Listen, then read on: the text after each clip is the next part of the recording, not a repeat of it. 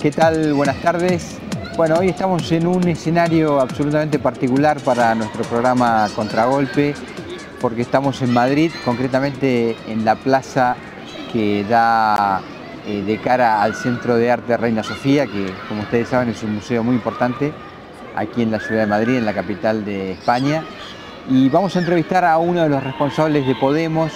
Hemos hablado mucho de Podemos, como ustedes saben, en mi programa, en otras tertulias, intentando explicar a lo que, mi entender, es uno de los fenómenos más inéditos de la política europea, por la dimensión, por lo novedoso, por lo reciente y por la fuerza que está tomando este movimiento ciudadano. Concretamente, si nos remitimos a las encuestas, que sabemos que son fotos, no son películas, pero son fotos que describen un estado de situación, hoy están encabezando todas las intenciones de voto para formar gobierno, o por lo menos para hacer la lista más votada en las elecciones generales que se van a celebrar seguramente en noviembre aquí en España. Vamos a charlar con Germán Cano, que como dije es uno de los responsables. Germán, gracias por recibirnos. Bueno, pues gracias a Contragolpe también por la invitación. Bueno, sorprendidos como todos los que seguimos de cerca las cosas que pasan en Europa y en España en particular.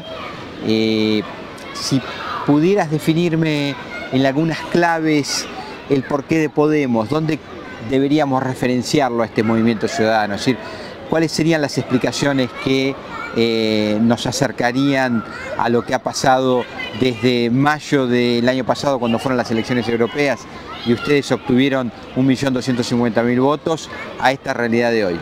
Bueno, yo hablaría de dos escenarios, ¿no? El primero tiene que ver con la irrupción de un fenómeno en España, que es el 15M, que allí en Argentina, por ejemplo, se suele denominar el movimiento de los indignados, que de alguna forma desplaza las placas tectónicas de lo que entendemos el suelo político español. Eso genera, digamos, un tipo de composición social y un tipo de reivindicación muy diferente que permanece fuera del radar de los partidos políticos tradicionales. Ese sería, digamos, el primer escenario, y el segundo sería, digamos, la sensación de impotencia que se había generado en España, por un lado, a raíz de lo que podríamos denominar el bipartidismo, es decir, la alternancia de gobierno entre el Partido Popular y el Partido Socialista desde 1978, y la impotencia de la izquierda tradicional y de los movimientos sociales para acceder a una mayoría social. Yo creo que Podemos nace como una formación política que trata de sortear ambos escollos, ¿no? Por una parte, recuperar y recoger la sensibilidad que surge con el llamado 15M y, por otra parte, sortear esa pinza bipartidismo e Izquierda Unida. Ustedes referencian con mucha frecuencia, valga la cacofonía del término, al candado del 78. Sin embargo, desde afuera y sobre todo en Latinoamérica, a la experiencia de la transición, a la experiencia surgida con el fenómeno del postfranquismo, del tardofranquismo, se la mira con mucha ilusión, con mucho respeto, como que ha sido una experiencia muy exitosa y que ha aportado mucho en la vida democrática española. ¿Ustedes qué reparos tienen frente a lo que fue, bueno, la transición? Bueno, efectivamente, desde fuera de España quizá, y desde dentro también, hay una imagen un tanto idílica del régimen del 78, que por otra parte consolidó un sistema democrático que no estaba desde luego al alcance de los españoles tras 40 años de dictadura, pero que con el paso del tiempo también ha mostrado sus limitaciones, ¿no? Hay serias limitaciones que proceden de ese espacio, de ese escenario surgido en el año 1978. Simplemente pues llamaría la atención sobre cómo la arquitectura institucional está orientada a mantener ese bipartidismo que efectivamente ha gobernado desde ese momento, y luego pues algunos déficits que, digamos, tienen que ver con el hecho también de que la realidad social española ha cambiado, ¿no? Aspectos que tienen que ver con la legislatura, con el sistema electoral, un sistema electoral que con la ley de ON pues prácticamente imposibilita el acceso a la ciudadanía al Parlamento. Es decir, hay una serie de limitaciones graves y de déficit, y también tiene que ver con el hecho de que hay nuevas generaciones que que se han asomado a la política, que ya no se sienten reconocidas en ese modelo, que efectivamente fue fundamental para generar una imagen de modernización en España y para superar el franquismo. La idea no es tanto, por lo menos en Podemos no tenemos tanto la idea de hacer tabula rasa, de empezar desde cero, de echar por la borda todas esas conquistas, sino más bien renovar el pacto social surgido desde entonces, y que yo creo que lleva pues, a formular determinados debates y determinadas preguntas que no quedan recogidas dentro de ese territorio. Hace 2 o 3 días tuvimos la oportunidad de conversar contigo largo y tendido, y me hacías una serie de aclaraciones en cuanto a lo que también consideran ustedes clave para entender el desarrollo político de Podemos, que es la capacidad de trabajar sobre el pensamiento subjetivo, no tanto sobre el objetivo. ¿Por qué quiero reflexionar sobre esto? Porque probablemente para muchos visitantes de afuera que vienen a España no encuentran la situación tan mal, es decir, ven infraestructuras muy bien desarrolladas, servicios públicos de bastante calidad, prestaciones que medianamente funcionan, muchas veces comparados con países, sobre todo latinoamericanos, donde también a ustedes los han emparentado mucho. Bueno, la distancia es enorme, o se percibe enorme. Sin embargo, me hablabas de una sensación de frustración que vive la gente. Tal vez, ¿por qué? Porque las expectativas eran muy altas hace unos años. Efectivamente, yo creo que también la situación actual se entiende como el resultado de una alta frustración de expectativas que fueron además alimentadas por la llamada burbuja que empezó a tener lugar en España en los años 80, también en los 90. Esa burbuja se ha desinflado por completo y eso ha generado, digamos, un desánimo y una decepción que digamos, ha tenido como consecuencia una profunda desafección respecto a la clase política. No hay que olvidar también que, aunque España tampoco sea un país en el cual pues la corrupción sea parecida a la de Tangentópolis en Italia en otros momentos históricos, está causando una profunda impresión en la sociedad, ¿no? Dicho esto, también es verdad que el hecho de que un país arroje un resultado pues, positivo en términos económicos, tampoco creo que tiene una significación desde el punto de vista político ciudadano, ¿no? Por ejemplo, hay un concepto que se ha acuñado en los últimos tiempos que es el de la pospolítica, ¿no? Pospolítica se entiende una tecnificación, una utilización tecnológica o tecnocrática de la política que ha imposibilitado el acceso a la ciudadanía en cuanto a la toma de decisiones, ¿no? La sensación que también en España se ha tenido en los últimos tiempos es que la ciudadanía apenas tenía protagonismo a la hora de intervenir en el destino de sus futuros, ¿no? Eso, por ejemplo, fue un hecho que afloró en las protestas del 15M, ¿no? Cuando el 15M decía no somos mercancía en manos de políticos y de banqueros, se quería arrojar luz sobre esa situación, ¿no? Esa sensación de orfandad de parte de la ciudadanía, que además ha visto recortados sus derechos sociales, que ha visto cómo las conquistas que se habían producido en los últimos años han retrocedido, y estoy pensando, por ejemplo, en educación y en sanidad. Son cuestiones que yo creo que han hecho mella y que quizás desde una mirada externa no terminan de digamos, que configurar un paisaje adecuado de la situación, ¿no? Claramente se ve cuando uno conversa con gente joven que, bueno, tiene simpatías por el movimiento que ustedes han encarnado, que precisamente una de las piedras filosofales, una de las bases de Podemos está en trasladar cierto poder que tenían o que tienen los poderes fácticos, los sectores corporativos, a decisiones más del ciudadano de a pie. Eso en democracias consolidadas como o que creemos que son consolidadas como las democracias europeas, ¿es posible o es algo vidrioso, muy intangible, difícil de poder explicar? Es decir, ¿en qué medida los ciudadanos, en qué medida se los puede empoderar? Una palabra que ustedes de alguna manera también han usado con frecuencia, ¿no? Bueno, yo en primer lugar llamaría la atención sobre un dato escalofriante, ¿no? Que es la estadística de paro juvenil en España, que supera el 50%.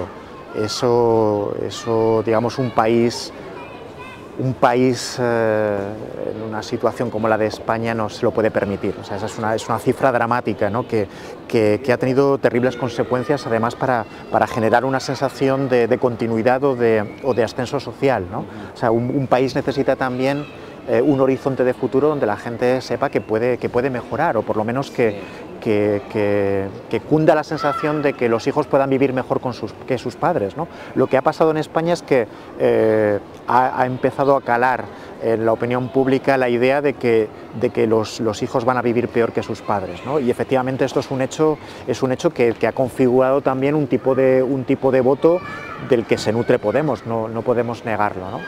En cuanto a la cuestión del empoderamiento, si analizamos lo que fue la transición y la evolución de la situación española desde 1978, observamos que el triunfo del PSOE también generó una suerte de desertización del espacio ciudadano, ¿no?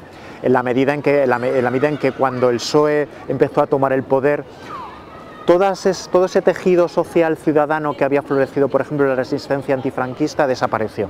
Si la expresión casta ha tocado alguna tecla, y yo creo que ha sido una imagen afortunada para describir nuestra situación, es que mucha gente ha percibido de forma intuitiva que ese abismo entre una clase política más corporativista, cada vez más cerrada sobre sí misma, se ha separado de la ciudadanía. Y digámoslo también, con privilegios intocables. Y con privilegios intocables, o sea, ¿no? Porque la crisis cuando calaba, con privilegios intocables, la clase política no se veía muy afectado por ella. Y lo que estamos viendo también en estos últimos tiempos en España es el rearme de ese bipartidismo, que en el fondo también pues busca consolidar una situación de privilegio que se ha conquistado en las últimas décadas, ¿no? Quisiera detenerme un minuto o un momento en el origen de ustedes, porque se los asocia con mucha facilidad o con mucha liviandad, o con las experiencias latinoamericanas de corte bolivariano, cercanos a Chávez en Venezuela, o a Correa en Ecuador, o al Nicaragua de Ortega, en fin.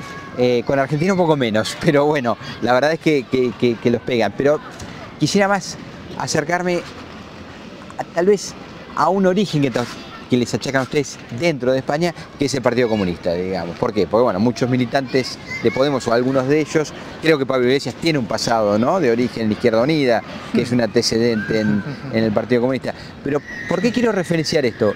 Leía los otros días un libro de reciente aparición de Pablo Iglesias, que es, bueno, quien está liderando la formación Podemos, y cuando hacía descripción de el franquismo y la transición, a mi juicio, en materia del franquismo, recurría mucho a lo que fue la lucha que el Partido Comunista y algunas derivadas del Partido Comunista le hicieron al franquismo como resistencia, cosa que efectivamente es así. Pero también es cierto, me da la impresión, visto de afuera, que España en la década del 50 encara un cambio dramático que le da otra fisonomía para siempre, que es el triunfo de los tecnócratas del Opus Dei sobre los sectores más conservadores. Correcto. Y se inicia un proceso, digamos, industrialista o desarrollista, como se decía en la época. Exacto. Que cambia dramáticamente la geografía española. Me da la impresión que eso ustedes no lo recogen tanto, no, o sea, como análisis político, tal vez sí, pero no lo ponen arriba de la mesa, pero efectivamente hoy hay que discutir un cambio desde una sociedad industrial, cosa que España no lo era. No sé si. Es decir, por ahí es un comentario, no más que una pregunta. No, me parece muy pertinente además la observación. Simplemente añadiría algunas notas a tu comentario, ¿no? Respecto al pasado comunista, claro, hay que tener en cuenta que es totalmente cierto. La única resistencia que hubo en España frente al franquismo fue el Partido Comunista. De hecho, si observamos la historia del PSOE durante la clandestinidad, vemos que la característica fundamental de los socialistas en ese momento era su hiperradicalización política. Eran mucho más radicales los socialistas en la clandestinidad que el Partido Comunista, que como justamente tenía que estar en la resistencia contra Franco, digamos, tenía una posición más hegemónica o más o más orientada a conseguir el consentimiento de las mayorías, ¿no? La evolución que tiene lugar en España con respecto al comunismo es también muy particular. El eurocomunismo del que se nutre Izquierda Unida es una orientación muy crítica, o por lo menos crítica, con el estalinismo o con el socialismo de los países socialistas realmente existentes, ¿no? Digo esto también para un poco matizar o para dotar de complejidad al panorama que tú describes, ¿no? Dicho esto, efectivamente, de hecho, la transición política española se nutrió de ese desarrollismo. O sea, digamos, el impulso que el franquismo ulterior dio a las clases medias generó un nuevo espacio político del que luego se aprovechó el Partido Socialista, que utilizó el miedo o también la necesidad de no volver a repetir errores pasados, y me estoy refiriendo a la guerra civil, ¿no? En este contexto, claro, es verdad que esa industrialización y ese desarrollismo generó una riqueza y un estado de bienestar que no podemos negar, pero siempre, si ese desarrollismo y todo ese estado de bienestar no se ve acompañado, ¿no?, por un empoderamiento de la ciudadanía, por una mayor participación ciudadana, digamos que no creo que tampoco valga para mucho, ¿no? O sea, yo creo que los procesos sociales o el concepto de progreso se mide también un poco en función de la capacidad que tiene la ciudadanía de intervenir en su destino y de que su voz sea escuchada, ¿no? Por eso los criterios macroeconómicos, los criterios meramente economicistas son extremadamente importantes, pero deben ser acompasados por ese otro bienestar, que es el bienestar político. Sin duda, pero quería referenciar esto porque tal vez a ustedes, insisto, con mucha facilidad los encasillan en lugares de los que ustedes pretenden salir, para que no quede tramposo el debate, en el sentido de cuando ustedes son de izquierda o no son de izquierda, o son de izquierda o son de derecha, porque efectivamente, como se dice en España, ustedes comen en varios caladeros, es decir, hay simpatizantes de Podemos que provienen incluso hasta del Partido Popular, se dice, no lo sé, pero se dice. Correcto. No tengo duda de que tienen una mayoría progresista en su núcleo, en su naturaleza, pero hay simpatizantes incluso del Partido Popular que o acompañan o ven con buenos ojos a Podemos. Exacto. Entonces digo, ¿cómo se definiría ustedes ideológicamente? Voy a poner un ejemplo, ¿no?, que quizás sea ilustrativo, ¿no? Acabamos de ver la victoria casi al borde de la mayoría absoluta de Syriza, ¿no? Syriza también ha ganado una gran mayoría social desmarcándose del discurso de los ejes tradicionales izquierda y derecha, ¿no? Por ejemplo, proponiendo un discurso muy afín al de Podemos, en el sentido de que lo que pone sobre la mesa es otra dicotomía, ¿no? Esa dicotomía tiene que ver con la soberanía nacional versus la cleptocracia, el austericidio al que nos condena Merkel, la Alemania de Merkel y la locomotora alemana, ¿no? Digo esto para ver en qué medida primero, las categorías izquierda-derecha sirven en España poco para comprender lo que está pasando, a tenor del corrimiento que se ha producido en la realidad mundial en los últimos años hacia la derecha. Lo que defiende el programa electoral de Syriza es una vuelta a la socialdemocracia de los años 80. Es decir, desde un punto de vista formal, el discurso que propone Syriza y el que en alguna medida vamos a proponer nosotros es un discurso socialdemócrata reformista. Sí, lo ha dicho Pablo Iglesias, ¿no? Hoy nosotros seríamos socialdemócratas. Hoy seríamos socialdemócratas. ¿Esto qué quiere decir? Que es que en los últimos años hemos asistido a un proceso de depredación tan brutal por parte del neoliberalismo y a un corrimiento tan extremo hacia posiciones conservadoras o neoconservadoras, que reivindicar un discurso como el de los 80 de corte socialdemócrata parece revolucionario. Por eso también es muy interesante ver cómo los corrimientos o las transformaciones políticas a veces tienen que ver con un simple desplazamiento, ¿no? Lo que parecía hace 5 años imposible, es decir, que se pudiera cuestionar la troika, se está cuestionando ahora mismo en Europa con la victoria de Syriza, ¿no? Abriste la ventana al resto de Europa, que me parece muy oportuno, porque efectivamente en este momento se están viviendo horas, bueno, de incertidumbre, de mucho debate acerca de la suerte de la deuda griega y cómo Syriza, que es el partido que el 25 de enero pasado ganó las elecciones casi con mayoría, está negociando esa carga que, bueno, es insoportable efectivamente, ¿no?, que marca el futuro de los griegos en una dirección o en otra, en función de cómo se resuelva ese contencioso. ¿Te da la impresión que se están jugando partidos a varias bandas en esa negociación? ¿Por qué digo esto? Hay un guiño de ojo de Syriza y de Tsipras a Putin en la condena por el conflicto que se está viviendo en este momento en los alrededores de Rusia. Los otros días vos me expresabas con preocupación la posibilidad de que la miopía de Merkel, o sea, de lo que aparentemente quien manda hoy en Europa con más dimensión, esa miopía, bueno, esa ceguera no deje ver que tal vez esté abriendo un conflicto de dimensiones que no conocemos. Sí, sí. El otro día, hace un par de semanas, el diario conservador Wall Street Journal advertía de un escenario realmente preocupante. La hipótesis que manejaba este diario era la siguiente. ¿Qué pasaría si la Unión Europea, si la locomotora alemana dejara morir a Grecia para salvar a España? Esto quiere decir... ¿A España Ahora trato de explicar. O sea, la hipótesis era la siguiente. Europa no puede permitirse el lujo de que España, digamos, inicie un proceso de crítica o de cuestionamiento del austericidio, ¿no? Pero quizá para que no se contamine la situación que se ha producido en Syriza hacia España, quizá deberíamos dejar caer, o quizá los mercados podrían dejar caer a Grecia justamente para plantear una suerte de